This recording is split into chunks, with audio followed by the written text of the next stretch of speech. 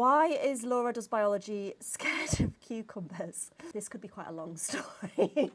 Hi guys, today I'll be answering some commonly asked questions, including some random questions that I've been asked on social media. Okay, so Laura Armstrong, height, 6'4", I would say. No, definitely not. I am 5'4", and I think even that is a little bit of a lie. I'm probably about 5'3". But yeah, I've been told that's pretty much average height for a British female, so I'm not small, as many people say that I am. Laura Armstrong, lashes. I love that this question is on it. Yeah, I did. I've had a few comments about my lashes because I have started using like a lash growth serum. This is really embarrassing. But yeah, it really works. My lashes have grown a lot since using the lash growth serum, so I don't have to wear fake eyelashes anymore. Where did Laura Armstrong go to uni? Manchester University. I love Manchester. I'm from Manchester. I went to Manchester University. I did move out of home. I lived in Fallowfield, which was like the student capital. Yeah, absolutely love Manchester. I've not actually been back for a while, so I probably should go back and visit Manchester again soon. My family still live there though, so. Where is Laura Armstrong from? I've just answered that question. Well, I say Manchester, South Manchester, so a place called Altrincham, which is kind of Cheshire, I think, really, or South Manchester. But yeah, I went to Manchester Uni. Does Laura Does Biology sleep? Yes. I have a lot of sleep. People say you need, what, like 7 to 8 hours a night? I think I need about 10, 10 hours of sleep to be on top form. So I go to bed early. Like, I will be in bed by 10 p.m. and I could sleep till 10 a.m. if you let me. Get a lot of sleep. Laura Does Biology reviews. What does that mean? I've had some nice reviews on Trustpilot. I love reading the Trustpilot reviews because the students say really nice things about your lessons or about the content that you post on social media, so it just makes it all feel worthwhile. Why is Laura Does Biology scared of cucumbers? This could be quite a long story. I think it's genetic. So my dad hates cucumbers, my brother hates cucumbers, so it runs in the family. I think they're the most disgusting food on earth. Like, the texture is mush, the taste, the smell, just absolutely disgusting. And one time I bought a packet of like cucumber scented face wipes without realizing they were cucumber scented and wiped it all over my face and then just felt sick for the rest of the day because I could smell cucumber. An interesting fact, I actually did a taste test once. We bought these like strips and you put it on your tongue, and only people classed as super tasters could taste anything on these strips. So all my friends were putting it on their tongues and saying, oh, they don't work, they don't taste of anything, it's just paper. I put it on my tongue and immediately could taste this like disgusting, bitter taste. So I think I am a super taster, that I have an excess of taste buds.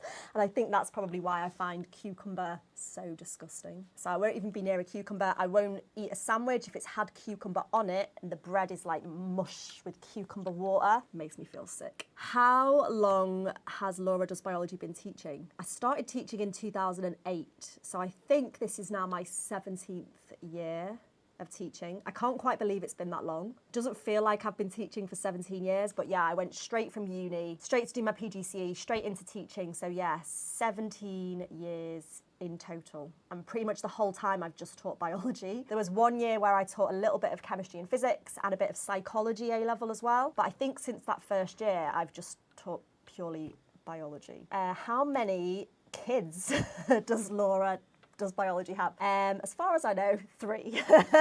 Yeah, 3 children. My eldest is almost 14, then my daughter is 11, and my youngest has just turned 5. So quite a big range of different ages. What are Laura Does Biology's hobbies? I don't have time for hobbies. Literally have no time.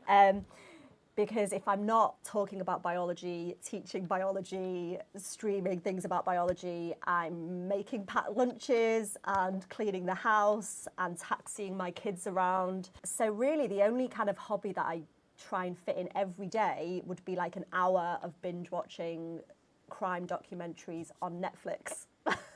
I used to dance a lot and I would love to have time to do that, but yeah, unfortunately, I don't really have the time. Does Laura Does Biology have any tattoos? Well, I need to think about this. Yes, but I used to have a lot more. I think I used to have 4 tattoos, but now I've only got 2 because I've had 2 lasered off. One of them was on my wrist here and it's got like a big white scar. Getting a tattoo lasered off is a million times more painful than getting a tattoo. It's like burning your skin. It stinks of burning flesh. So if you're not 100% sure about the tattoo you are getting, do not get it because you don't want to get it removed. Can Laura Does Biology speak any other languages? No. I'm not even going to try because I would totally embarrass myself.